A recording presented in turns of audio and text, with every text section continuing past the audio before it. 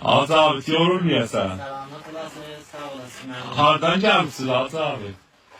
Biz Mehribanın Şahbağ kəndindən. Mehribanın Şahbağı kəndindən. Bəli. Neçə saat yol gəlibsiniz Hacı abi? Saat yarım 5 saat satın. 5 saat yol gəlibsiz. Neçə gündür burada işləyirsiniz? Təqribən gündən 4 gündür. 4 gündür burada işləyirsiniz ha? Ahmet yorulmayasan. Ahmet sen de Şahbağından gəlsin. Bəli, Kərsanı Mehribanın Şahbağ kəndindən. Yorulmayasın abi ya.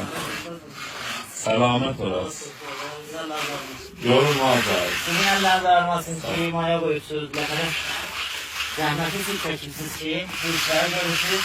Sağ söyle. İşlərin sizin işlərin yanır ki, əllər armasın. Nerede gördün evi? Fövqəladə ağrıdır ki, mənim özümdəki saxlaman işidir. Ben saklı saz içindəsin. Bəli. Vağan insanlar görürdük ki, məsələn, Pudr məntəqədə. Vağan yollarda səhv olub vurdu. Bəli.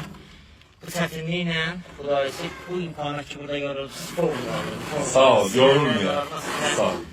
Cəvanın xəyirini Təbrizdən də hamısından məmnunum, təşəkkür edirəm hamısından. Sağ ol, yorulmuyor. Neyse, sağ ol.